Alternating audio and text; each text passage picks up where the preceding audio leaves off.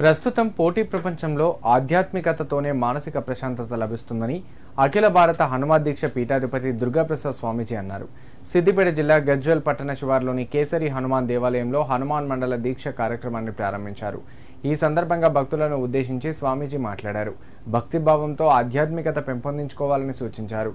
హనుమాన్ దీక్ష స్వీకరించిన స్వాములు నిత్యం హనుమాన్ నామ జపాన్ని స్మరిస్తూ నియమనిష్టలతో ఉండాలన్నారు. కార్యక్రమంలో ఆలయ నిర్వాహకులు జయసింహ, శ్రీనివాస్ గుప్తా పాల్గొన్నారు.